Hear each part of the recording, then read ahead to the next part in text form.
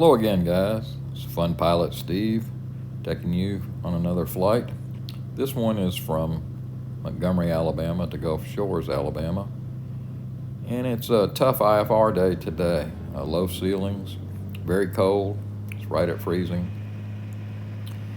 And I'm sorry, but once again, my recording device that records ATC audio in the cockpit worked, and I had the recording, but somehow when I tried to export it, it got corrupted and deleted, and I could not recover it. So I've got to find a better way of doing that. And any of you guys have any hints on the best way to record?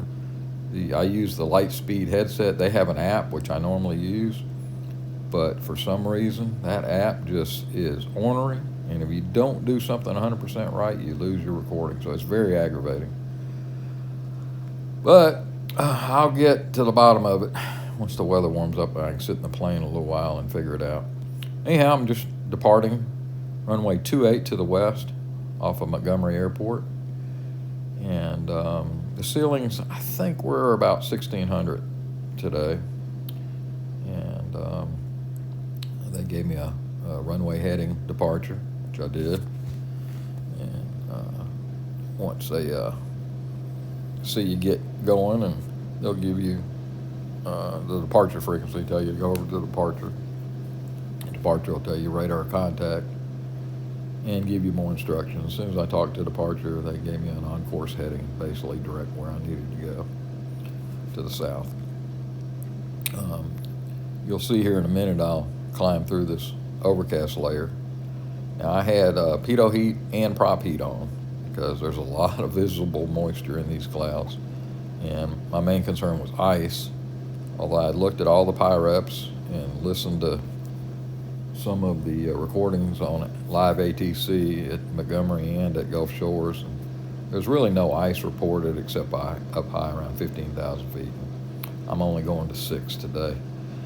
From what I could tell before I took off, there's probably an in-between layer between about 3,000 and 8,000. So I figured I'd go to 6 and see what it looked like and go from there, but 6 was perfect. Got me right above the bottom layer.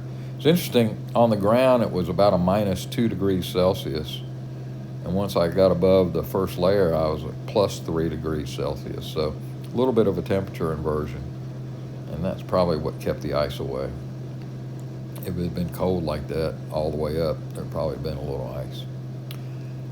You can barely see it here, but I'm on top now, and it looked like a layer of snow below me. It was really pretty. So at this point, I'm just climbing out, getting the airplane up to 6,000 feet, and once I reach 6,000, I'll get everything trimmed up and get the engine parameters all set and everything. And from there, it was pretty much an uneventful flight. Just went, direct to Gulf Shores pretty much. And I usually file direct on bad weather days. There's quite a few MOAs in between Montgomery and Gulf Shores, but those guys aren't practicing in bad weather. They might go out and practice approaches somewhere, but they're not going to be just in the open sky in this kind of weather. So I wasn't worried about any traffic in the MOAs, and it turned out that worked fine. All right, well, I'll get back to you here in a little bit further segment of the flight, preparing for the approach. It was definitely a IFR approach. Gulf Shores was socked in pretty good. I could see the ground, but you had basically no forward visibility.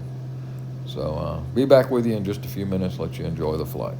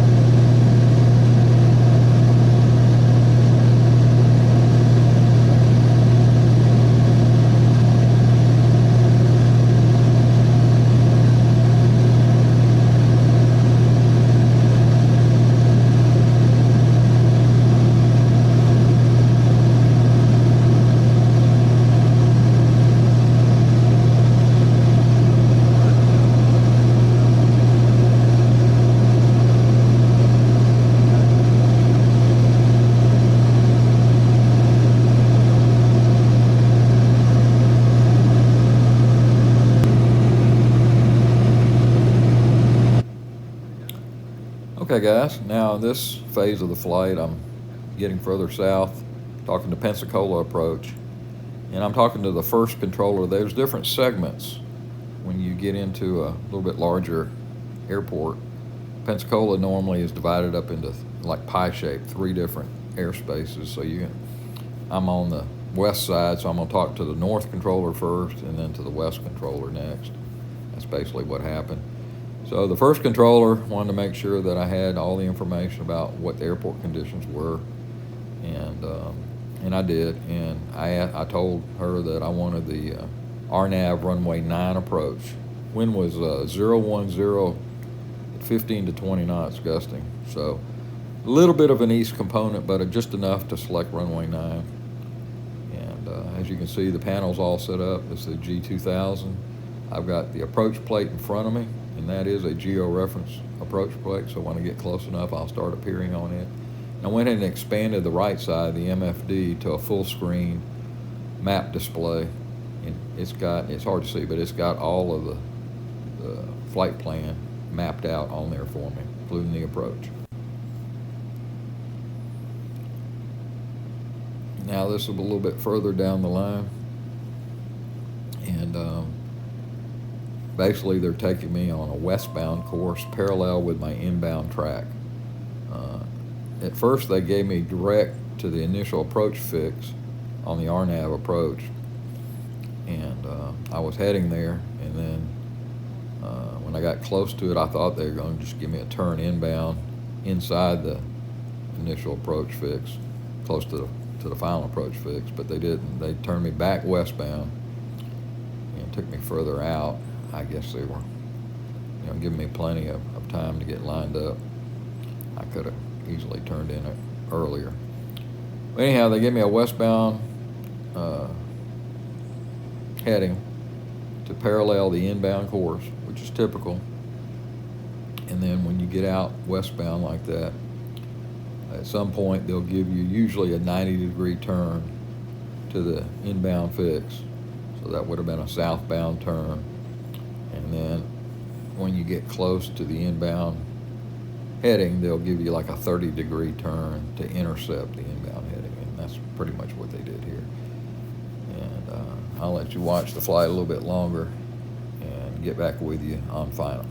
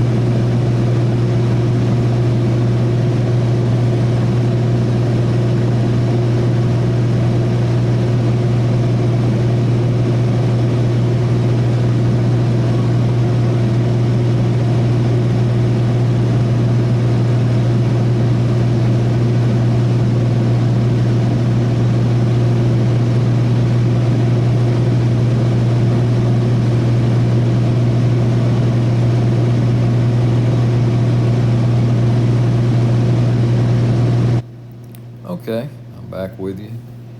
And if you can see all the way on the right side, the multifunction display is showing some weather right on the initial approach fix. But it really wasn't there. I mean, the rain was, I would say, light to moderate, and I'm glad it was rain. There again, I was at about 2 degrees Celsius at this point, and descending, so it was getting warmer as I was going down. They kept warning me about that weather. I guess on their scopes they're seeing it. They don't know what the real conditions are. They're just seeing moderate. But it wasn't ever bad rain. And you can see a kind of a cloud layer below me, foggy-ish cloud layer. It's just cold and nasty out today, and that's what you got to contend with. It's nice in the airplane. The heat was working great. Everything was working. And there again, I had both pitot heat and prop heat on. I don't have de-icing on this airplane. There's no weeping wings or heated wings. So I do have to be a little bit careful in the conditions I fly in, not to overwhelm the airplane with ice. But I felt very confident today after looking at all the reports and listening to everything that there wasn't going to be any ice. And if there was a little bit, the prop and the pitot would be protected, and that was fine. So now they're giving me a turn, like we talked about, the 90-degree turn towards the inbound course. So give me a southerly turn. And they really had me close enough where they just kept me going all the way on around into the 30-degree intercept and cleared me for the approach. So what they normally do is tell you, turn to a particular heading, maintain the minimum altitude, which in this case was 1,600, so maintain 1,600 till established. Means till you turn inbound and you're all good on the approach, then you can start down when needed. And that's your clearance to come in, and they don't let anybody else in on the IFR approach while you're coming. I mean, it's all yours.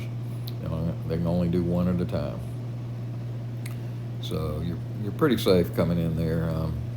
Especially on a day like today, there's no VFR traffic because the weather's too bad for VFR. The airport is reporting IFR, so I don't normally worry about other traffic. Now, on a clear day when you're doing these practice approaches, you got to kind of watch out for other traffic, although Gulf Shores recently got a tower, so they know who's out there. But unfortunately, in the tower there, they do not have radar. Don't ask me why. I'll get into government. That's not a good subject to talk about on YouTube. So, brand new tower, costs multi-millions of dollars and doesn't have a radar. So they ask you where you are. They told me to report the final approach fix inbound, so they'll know where I'm at. There again, that's mind-boggling. But anyhow, that's what I did. And at some point when I got probably within 3 miles of the airport, I turn on.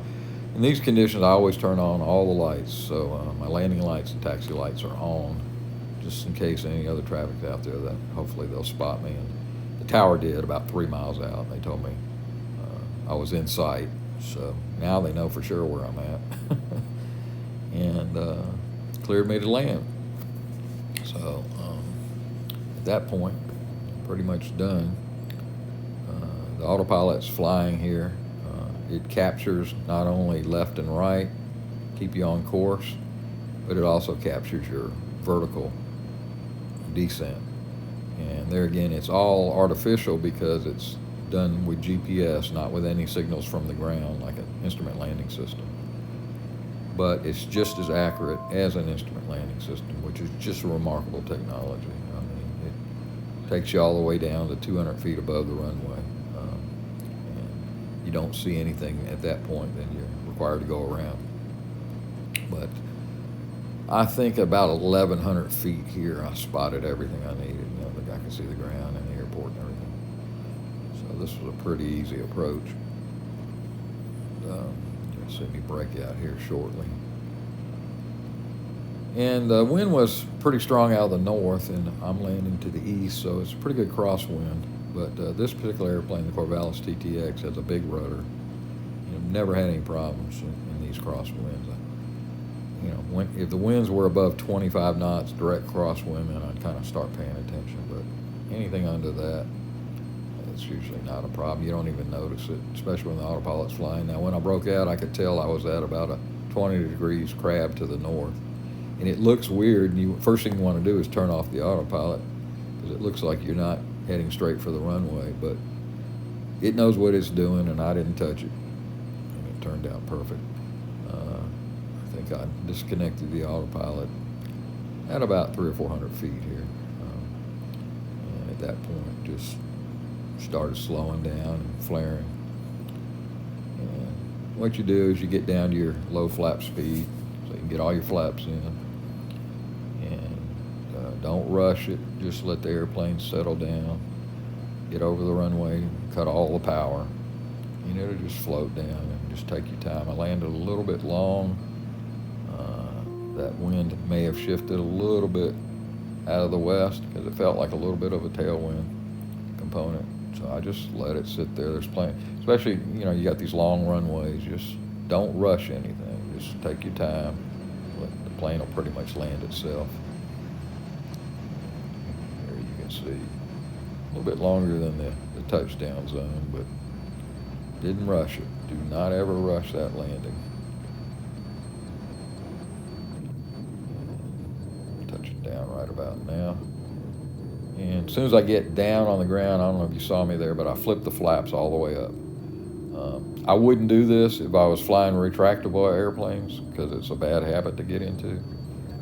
But on these airplanes, as soon as you unload the flaps, you're going to pretty much stick to the runway.